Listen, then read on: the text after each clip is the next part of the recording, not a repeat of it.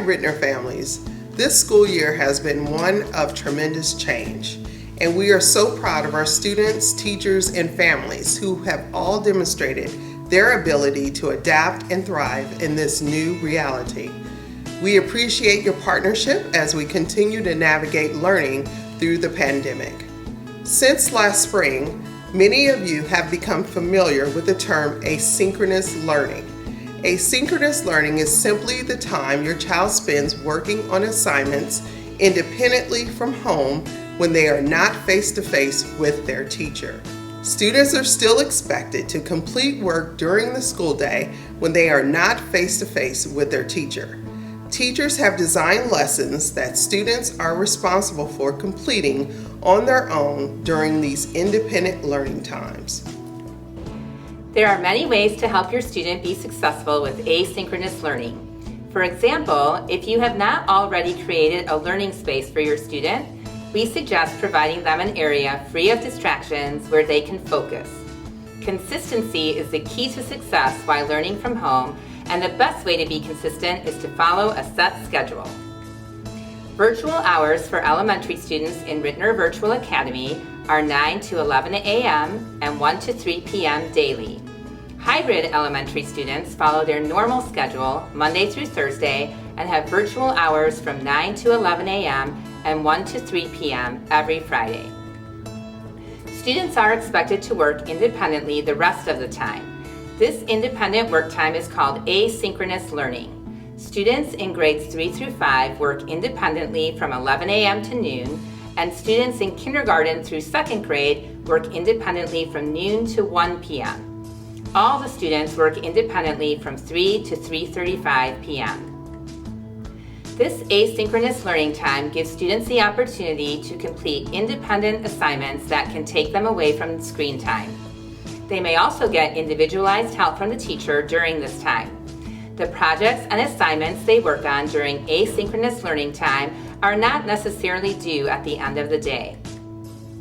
There is no direct instruction during this independent time, but your student's teacher will provide clear expectations for how students are to use their time.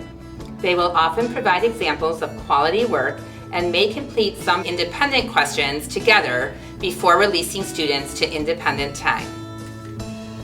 Teachers may use asynchronous learning time to allow students to practice a skill, watch learning videos, or complete solo reading and writing activities.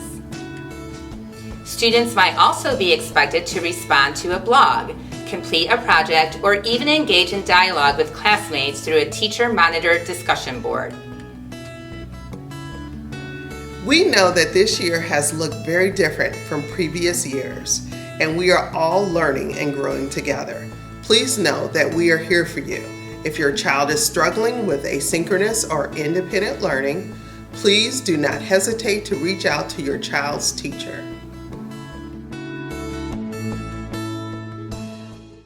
During the scheduled asynchronous time in your student's workday, teachers have set aside assignments that are to be completed during those asynchronous independent learning times. Students will not receive direct instruction from the teacher during this time.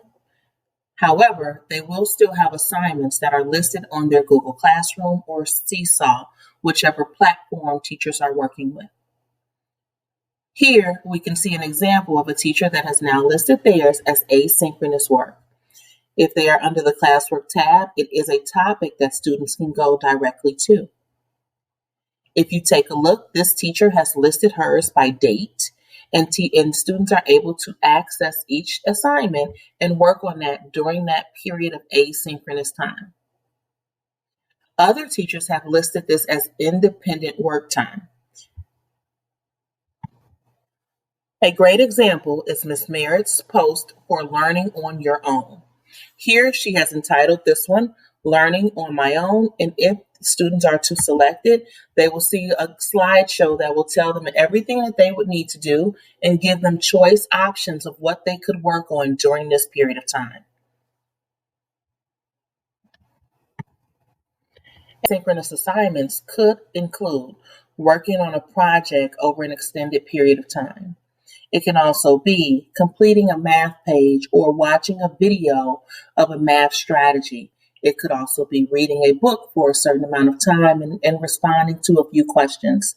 There are different ways that teachers choose to provide assignments as far as asynchronous. They can also offer choice boards where students actually get the choice of what type of thing they want to work on for that day. All of these assignments are done within their asynchronous learning period, where again, they are absent of the teacher. This is self-directed learning. Here's a great example of a choice board that a teacher is providing for students to see the visual cues of what assignments they could choose to do. Those visual cues will then take students to a link so that they can actually complete these assignments. This teacher has also included what is a must do that must be completed during that time. And then the other options are may do's, where that is optional for them to do, but this is their choice board and they have to choose something from it.